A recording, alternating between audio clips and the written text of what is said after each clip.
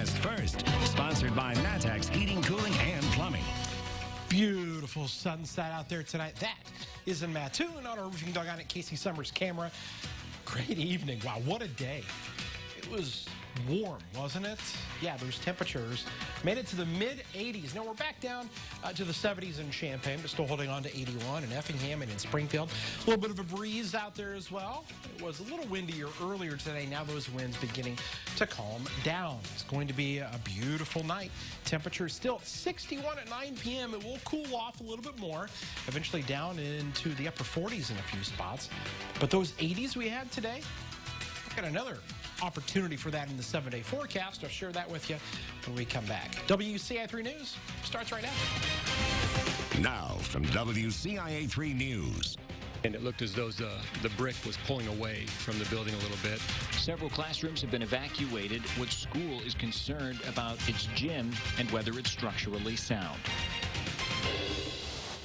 Plus, shots rang out across central Illinois this afternoon where police are investigating at least 3 people injured.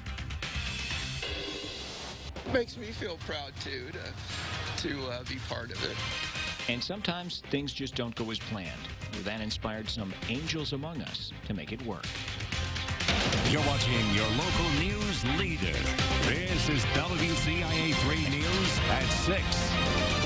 The lack of structural supports in place made the building unsafe. Staff in the Argenta-Oriana School District noticed a problem with the high school building. Now, one part is off limits. Good evening, I'm Paul Cicchini.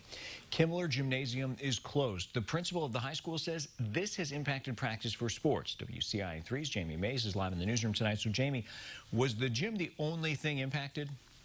Paul, the principal says right now the issue is just with the gymnasium, but there's a main entrance, a stage, a band, and a choir room next to the gym that can't be used. While those parts of the school aren't being used, plans they've made to accommodate social distancing will have to change.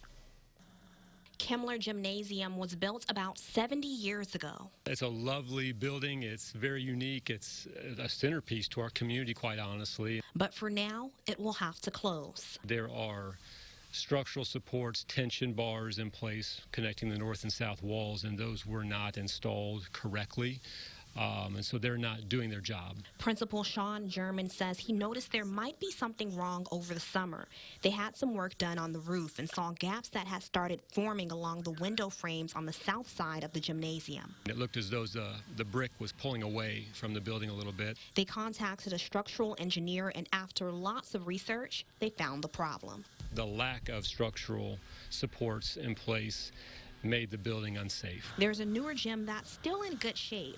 While Kimmler Gym is closed, practices and games will have to be restructured to use what's available. Disrupts what we're allowed for our summer contact days in terms of having to share gym space with the other coaches and just, collaborating together to find when we can all use one gym instead of being able to use both. Some may feel that we're being overly cautious right now, but we're going on the guidance of the structural engineers and acting in the safety and best interest of our students, our staff, and our community.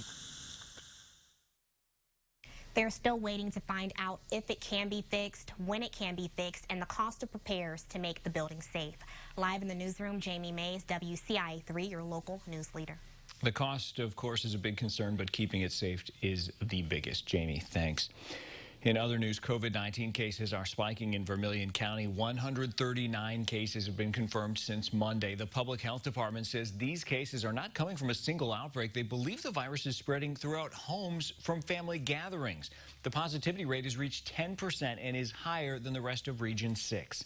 Here's a look at COVID-19 across the state in the last 24 hours. There are more than 2,600 new infections. That makes over 307,000 cases diagnosed since the pandemic began. 42 more people have died. Illinois now has over 8,800 deaths recorded from COVID-19. A man in Champaign is trying to do something about litter, and this time there's an added problem: face masks. WCIA3's Courtney Bunting joins us now. Courtney, I think most of us have seen these masks on the ground. Even my kids, my 2-year-old, will point them out when he sees them. Absolutely, Paul. I see them as well. It's really a very common thing. If any of us take a walk around town, really any town, we might spot a few. And they're more than just bad to look at. They can also do some serious harm. I walk to this park every day to meditate by the waterfall. But these days, Stanford Blunt is doing a little something extra. Mattis alone, I think I picked up at least 5 to 10. He's also on the lookout for these, something we recognize as soon as we see it. But on the curb or in the grass isn't exactly where they belong. The first time I saw one when I was walking here, I was astonished, shocked, and ashamed of people. Blunt has even started carrying a bag around with him to pick up what he finds.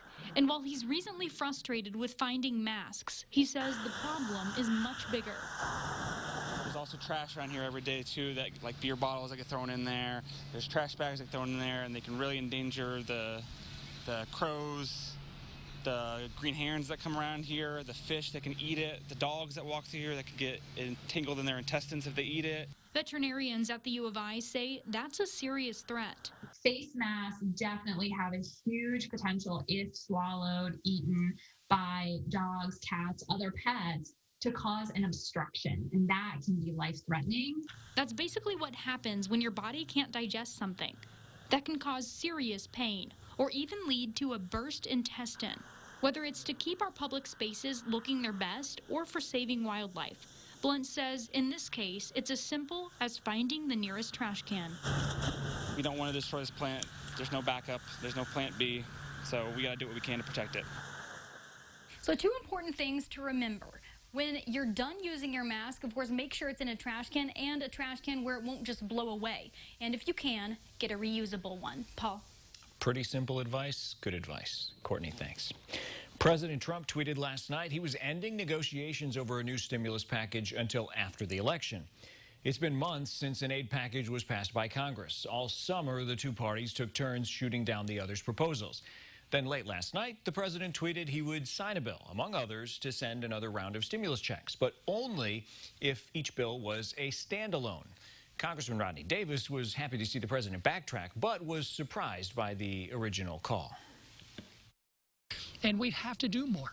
I'm disappointed in what the president said, but I'm also optimistic since he's now seemed to walk some of that back in less than 24 hours.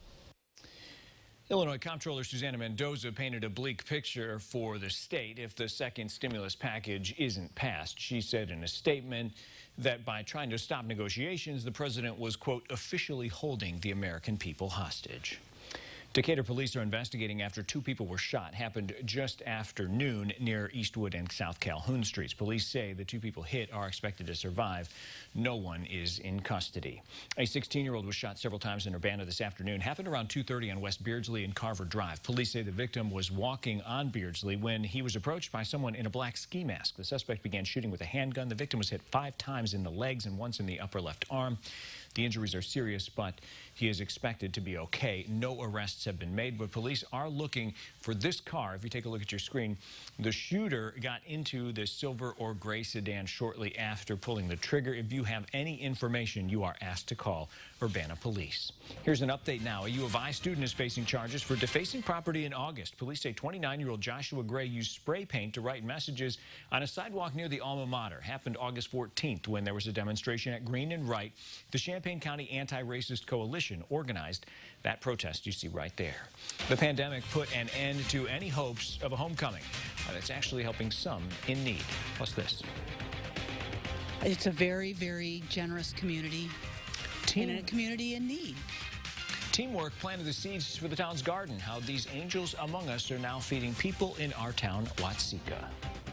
And as the sun sets here over Springfield, you can see the Capitol right there. The sun shining so brightly as it was all day at 84, the high. It's actually still 8 degrees away from a record that well above the normal of 70. We're staying nice. We're tracking the latest with Hurricane Delta. We'll talk about how we may have a little bit of rain here locally in the 7-day when we come back.